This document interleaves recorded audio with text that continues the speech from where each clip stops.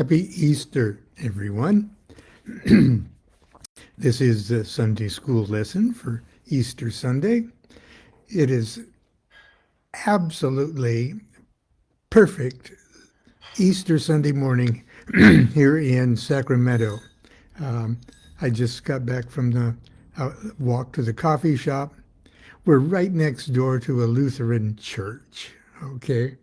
There's people running in and out, and it's a classic-looking church.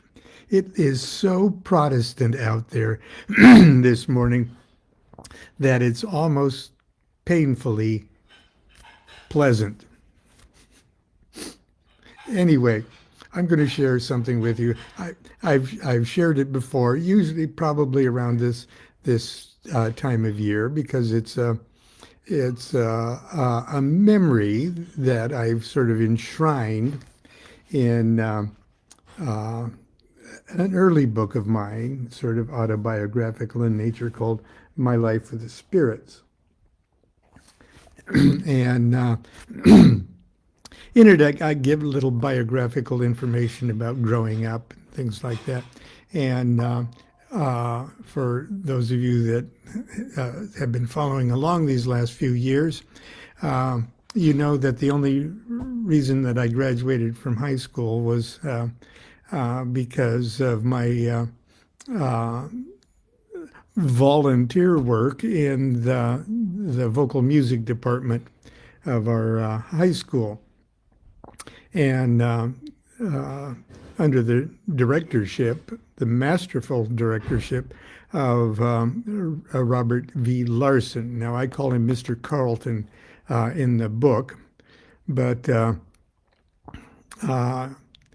years later, I talked to him. I found out he read the book,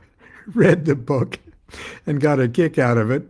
And he said, "Gee, I didn't think I was a bully," And he said that tongue in cheek, because he was a tyrannical maestro. Okay, but he always brought home state awards every year for his vocal music department. We had a 103 piece choir, and we did serious music, sacred music, even in high school, Brahms and Handel, of course. But anyway, for Easter Sunday, and the idea of the communion service takes place in many Protestant churches. Communion happens infrequently, but usually around the Easter time, around the time of Monday, Thursday, the Last Supper times and such. And this is a little story of I graduated from high school and had just got ready to have my Volkswagen bus packed up to go back to California in 1966. But I had one last Sunday service to sing at for Mr. Larson, and I thought I owed that to him. And but I had like I mentioned yesterday, I've pretty much always been an atheist, even as a child. And now that I was graduated from high school somehow, and felt all adulty, I was trying to inwardly get comfortable with my atheism, and so that sort of sets the stage here for what I'm about to read from an early chapter called Holy Communion in My Life with the Spirits. In the spring of 1966, the years of my indentured service to Mr. Larson were drawing to an end. Thanks to his powers of coercion, I knew I'd graduate from high school, college prep no less. With the help of my brother, who had returned to California the moment he finished high school 6 years earlier. We were living in Nebraska for 10 years. I made arrangements to move to Costa Mesa to attend college. Almost out of nostalgia, I showed up at the church for the last few choir rehearsals and Sunday performances. The last Methodist ceremony I would ever attend was a most memorable communion service. Eschewing pagan ritual and not wishing to be confused with the Satanic Church of Rome, Methodists, like most Protestants, take communion infrequently. For what is, for Catholics, the central and most intensely personal act of worship, is to Protestants an embarrassing reminder that once upon a time, in order to be a Christian, it was necessary to regularly put one's faith where one's mouth was and then swallow it. Methodists take pride in the fact they don't believe a priest is necessary to ritualistically bless and consecrate the sacred elements. They don't believe that words, Latin or otherwise, can conjure the Holy Spirit into the blessed cup.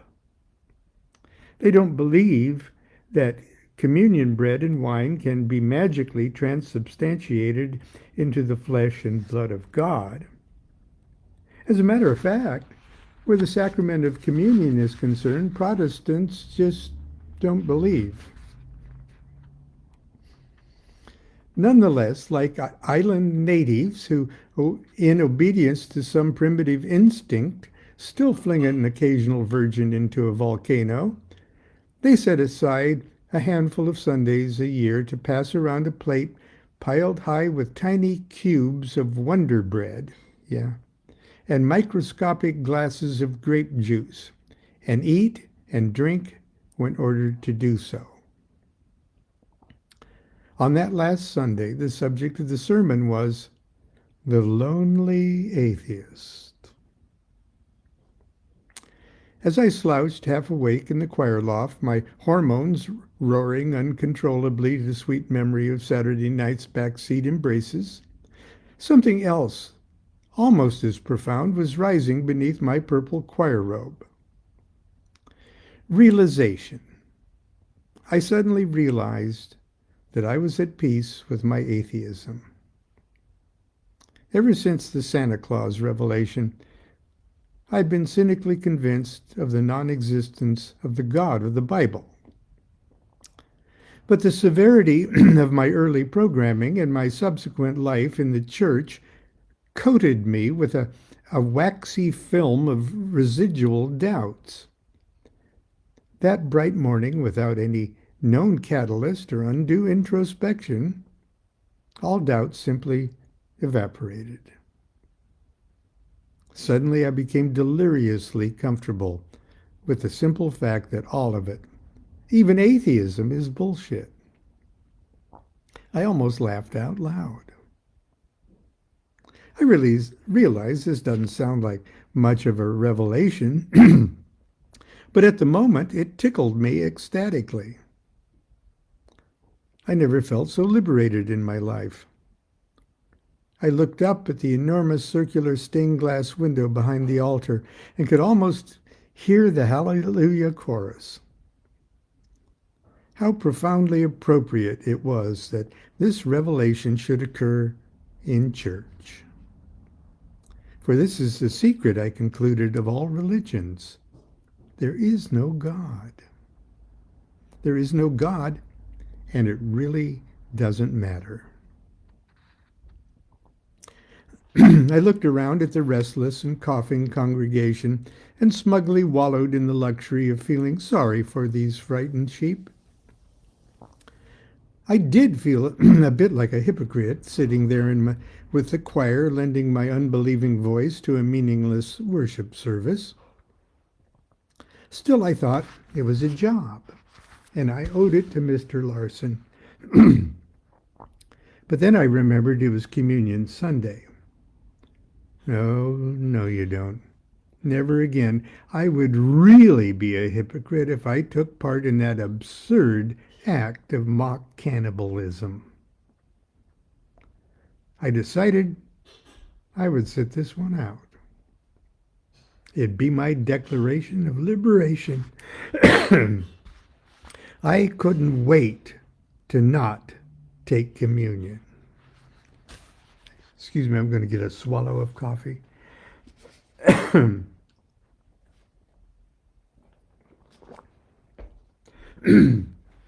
Constance and I are both demonstrably better. As a matter of fact, we're having Monday night magic class tomorrow. But there's still a little residue left there that we're dealing with. But I digress. The sermon wound to a dreary conclusion. Can you imagine how lonely you would be if you had only yourself to look to? Dr. Petty then announced that we'd now commemorate the, quote, Lord's Supper. Mr. Larson stood up and indicated to the choir to rise. The choir was to take communion first. My place was in the very middle of the tenor section. I had people on both sides of me. I couldn't remain seated. I was trapped into filing out with everybody else. Damn it. Now, I thought, I'll have to stand there while everyone kneels to take communion. Dr. Petty will probably look at me and wait until I kneel. I might have to say something. It'll be incredibly awkward. So I toyed with the idea of just marching out the side door and running to Tooley's drugstore for a tuna sandwich. But the thought of Mr. Larson's wrath made me reconsider. I decided to go to the rail with the choir, kneel down like everybody else, but when the time came to communicate, I'd just kneel there respectfully. My back would be turned to the congregation. No one would notice except Dr. Petty, and he wouldn't say anything until after church, and that might even be an interesting conversation. Mr. Larson was more than a choir director. He was a puppet master. He conducted through a rich vocabulary of subtle body language, and his singers never took their eyes off him. Barely moving 2 fingers, he compelled us like so many marionettes to parade to the communion rail and line up shoulder to shoulder. He then dropped us to our knees in perfect unison with an almost imperceptible nod of his head. We knelt there in our long robes like a row of purple tents. I was very excited, or maybe a little scared. My heart pounded so loudly I could hear it clicking in my mouth.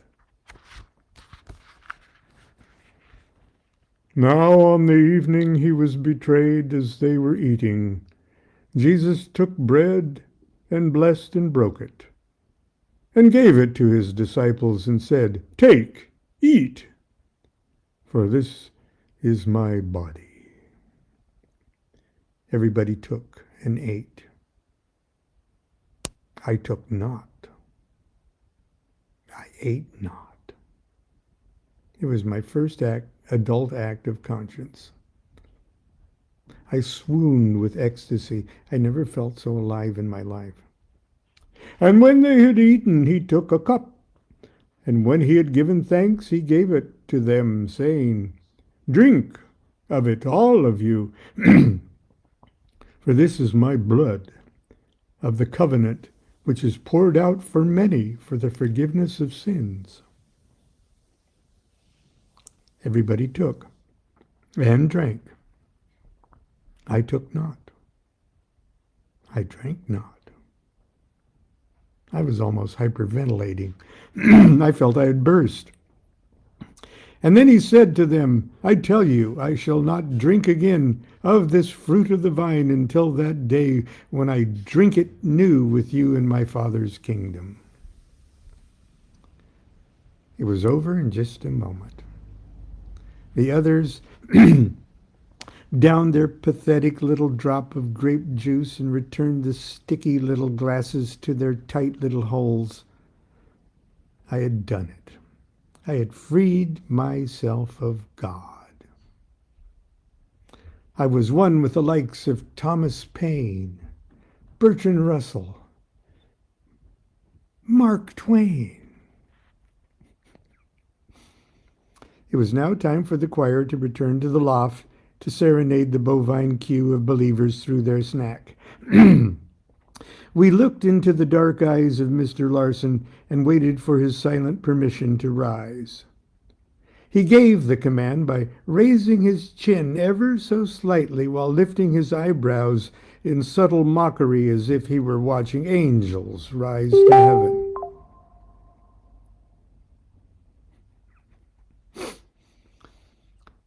Getting up from a kneeling position is never easy, and I was very conscious of the fact that I could inadvertently moon the congregation from this position if I wasn't careful. For a sophisticated freethinker like me, that'd never do. I leaned back slightly and slid my left foot forward until it rested flat next to my right knee, which was still planted solidly on the floor. I placed both hands on my left knee and transferred my weight to that axis and tried to rise up on my left leg. Unbeknownst to me, however, was the fact that the hem of my choir robe was pinned firmly to the ground by the toe of my right shoe. I was only able to rise 2 or 3 inches before my own robe trapped me in a most humiliating kowtow. Again I tried to rise, but only managed to reach a painful stoop. My ecstasy instantly turned to panic. I couldn't even raise my head. The rest of the choir members were already on their feet. Again and again I was forced to my knees, but no matter how I repositioned myself, I could not free my robe from the tent stake of my own foot. The congregation started to murmur, then giggle. I tried again. This time, when I reached the limit of my constraint, I forced myself to hop violently like a one-legged hunchback 2 or 3 times in tiny jerks. At the crest of each hop, I tried to lift my right foot, and each time as I landed, I belched out a painful little grunt. This ridiculous maneuver resulted in the almost impossible act of kicking my own ass with the heel of my right foot. I was so embarrassed that I thought I would ignite. Eventually, this grotesque dance enabled me to pull myself free. Like a tightly strung bow that suddenly had its string severed, my body sprang to attention. I was upright for only a split second before the momentum hurled me off balance and backwards toward the first row of pews.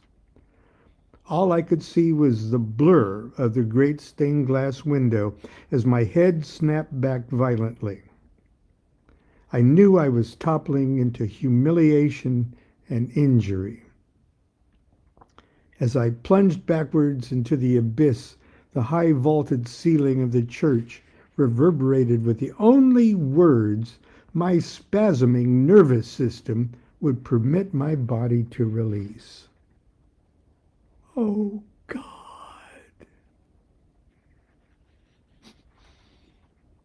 I screamed at the top of my lungs. Okay, I'm sure you've heard it before. but I never tire of saying it. Anyway, that's it for my Easter message. I hope you all have a wonderful, wonderful Easter. Those of you in the Sacramento area that have come to Monday Night Magic class, there will be one tomorrow. We're continuing with part 3 of the Wake World. So if you have a copy of the Wake World, bring it along. If not, I have handouts, I'm sure. Until tomorrow, for the order of Monday morning, continue to be good to yourself, be good to each other. Do what thou wilt shall be the whole of the law. Love is the law, love under will.